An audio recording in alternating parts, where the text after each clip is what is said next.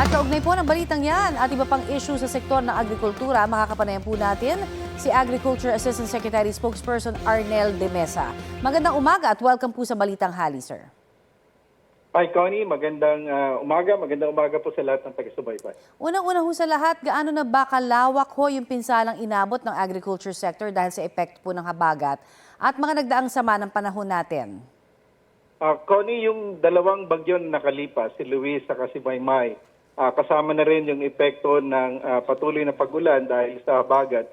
Nasa 1.78 billion yung kabuang damage na naitala sa sektor ng agrikultura. Karamihan dito, almost 1 billion ay nasa palayan at inapektuhan nito almost 60,000 hectares. Bagamat karamihan dito ay partially damaged with chance of recovery, ang isa pang naapektuhan yung ating mga gulayan at mga high value at 540 million at may mga nasira rin na mga irrigation facilities. In terms sa area, Connie, pinakamalaking damage na na-report dito sa Central Luzon, in particular dito sa Pampanga, Nueva Ecija at saka dito sa Tarlac. Opo, yung mga pinaka-apektado po kaya ng mga gulay at saka yung gumalaw talaga ng malaki po na presyuhan nito, ano-ano ho ba yun? Sa ngayon yung nakikita nating paggalaw, Connie, sa presyuhan ay itong lowland vegetables, yung tinatawag natin na pakbet. Dahil na naapektuhan yung production area natin dito sa Central Luzon at saka sa Southern Tagalog. And of course, apektado rin yung ating upland, yung ating chapsuy na mga gulay dito naman sa nanggagaling ng Cordillera. Dahil nung kasagsagan ng pag-ulan, nagkaroon ng mga about 20% reduction ng mga agricultural at saka trader na trackers natin. At may mga ilan din, of course, na nagsara. Pero ngayon naman, karamihan nag-open na. Pero ito nakakalungkot nga ho. Every time nakakakita po kami ng mga nagtatapo na lamang ng mga kanilang inani na mga gulay sa tabing kalsada, katulad po ng pinapakita natin yan dyan sa Kabayan Benguet, mga carrots po yan. Nakakalungkot kasi marami hong nagugutom. Tapos parang parang miscommunication or kaya hindi ho kaya na pagtutugma yung mga traders dito sa ating mga magsasaka. Ano na ho ang sistemang gagawin nyo ba dito? Connie, i-ano lang natin yung nangyaring report. Sa katunayan, bago pa yung mga bagyo, sa utos na rin ng ating Pangulo at saka ni Sec Kiko, yung mga gulay dito sa Cordillera, about 32 tons na yung naibaba dito sa Pampanga, dito sa Silang Cavite. Sa tulong ng DA, ito yung direct na mga trucks natin.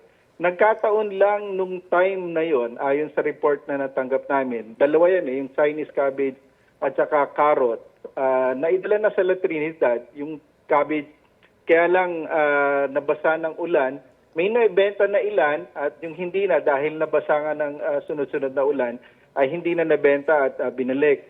Doon naman sa carrot ay talagang napuno yung 2 days kasi na natigil yung trading dyan. So napaka-importante yung mga cold storage at talaga ang tinututukan ng ating Pangulo at ni Sec Kiko. At ngayon ay nakipag-coordinate na yung Regional Field Office para tulungan talaga yung mga farmers na naapektuhan nitong mga pagulan. Kasama na yung dalawang magsasaka na nagtapon noong cabbage at saka carrots. Opo, kasi hindi naman ito ang unang pagkakataon ho na naibalita natin, hindi ba? So, maaari ho bang malaman yung status po ng pagtatayo ng gobyerno ng mga mega cold storage at vegetable processing facilities natin? Marami nang natapos, Connie, at marami pang ongoing. At dahil alam nga natin, ordinarily diyan sa La Trinidad, yung pasok at labas araw-araw, talagang napakadami. At kailangan yung cold storage talaga pag ganitong panahon na sobrang ulan at hindi makagalaw yung merkado, you need to store them. At you can expect yung sa ngayon sa ginagawa ng DA na tuloy-tuloy yung pagsasagawa nitong mga necessary infrastructure kagaya nga ng cold storage. So tinaasahan natin, ngayong taon maraming matatapos. Yung mga idea na sinasabi ho ng ilang mga netizens, baka naman instead na itapon na lang ho yung mga cabbage, pwedeng gawin na lang ho ito na fermented na mga parang kimchi, di ba? Masarap din naman ho yun at mababottle pa, no? Mas matagal po ang shelf life. Ano ho ang gagawin natin dito na sa mga rekomendasyon po nito, meron ho ba tayong pakikipagtulungan halimbawa sa DTI for bottling? Meron nang nagawa dyan sa processing center, mismo yung ating regional field office, dito sa NBAT, Nueva Vizcaya Agricultural Trading Center, na processing center. Pero siyempre, it cannot accommodate lahat. Ang pinakamaganda dito yung sa GIPSACA Act natin, Connie, na kung saan yung ating concerned local governments, kasi sila yung directly na nakakasalamuhan ng ating mga farmers.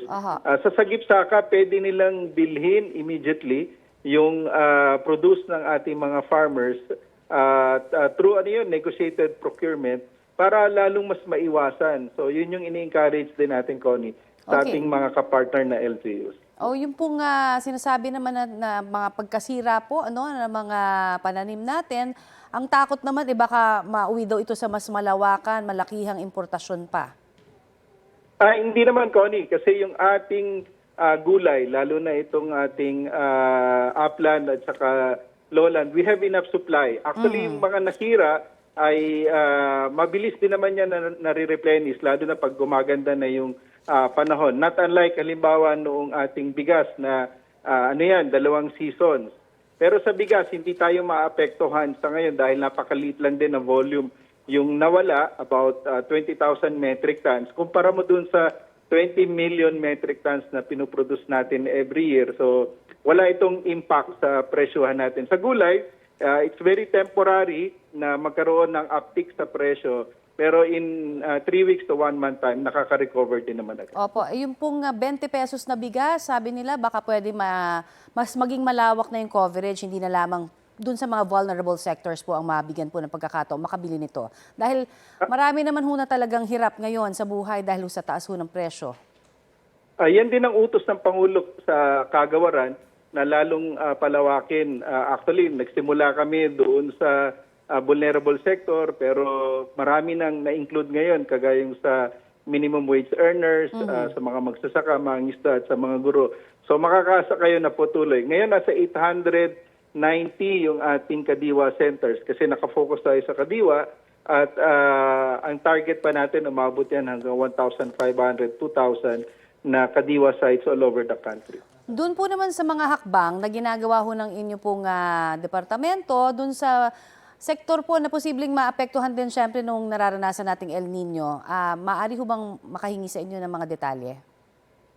Una ko, kung merong magandang balita na idulot itong mga bagyo, nagkaroon ng major recovery yung ating mga dams sa huling report ng Pag-asa. Halimbawa itong Angat, bago yung nag-uulan, nasa 150 meters yung level niya. Ngayon, nasa 190 plus, so malaking recovery yon.